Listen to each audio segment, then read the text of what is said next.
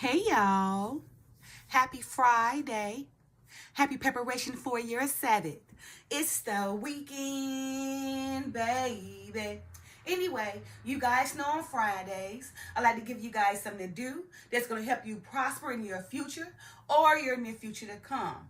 But first, I want to educate you guys, a bit on this beautiful African tire, or you guys may consider it a bun, okay?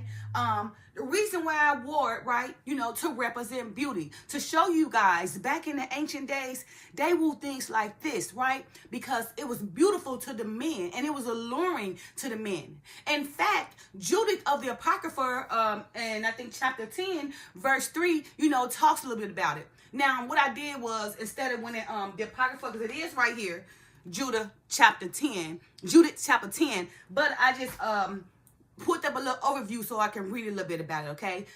This bun right here, was alluring to men. They loved it, right? It made the woman look beautiful, right?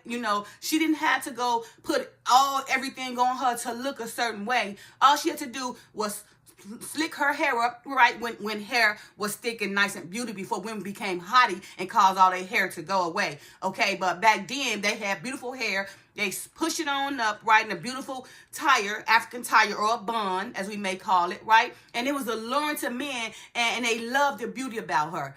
Like I said, in fact, I'm going to read an overview, okay? So I Googled this, but like I said, it's in the Apocrypha, but it's kind of long on the verses, so I want to summarize it, okay? So here you go. It was Judith in the book of the Apocrypha who, after removing her mourning clothes, dressed in her finest garments, and adorned her head with a tire, a type of ornament or a headdress or a turban. Depends on what you want to do. Because sometimes they wrap the tire up too, but it's still beauty, okay? Right? To allure, this time it was doing the Assyrian, okay?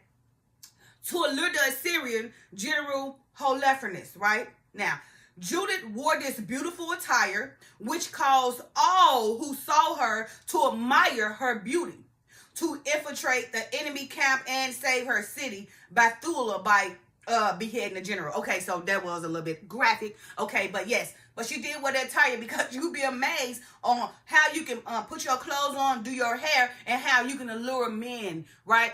Actually, in this case, in her instance, she allured a whole nation and brought them under her, and whomever she was with, under their captivity, okay?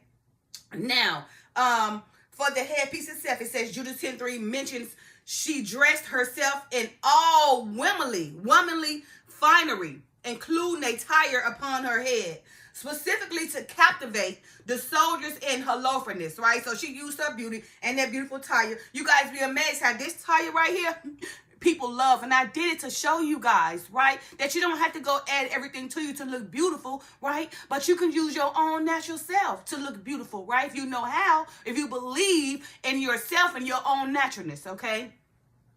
Also, it said the action, she used her beauty and charm to gain access to Holofernes.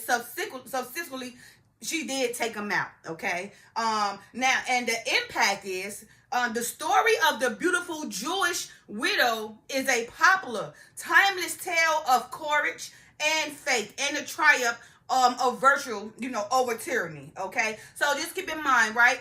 I wore this tire, this beautiful African tire, or this bun, to show you guys how beautiful you can be without all the 24 inches all down here and all the eyelashes. You don't see, I have a little eyeliner on, right? But you see my natural beauty, right? And you see me push my hair up with and put a beautiful tire to show you. You don't need everything fake to look real, to look real beautiful. All right, you guys.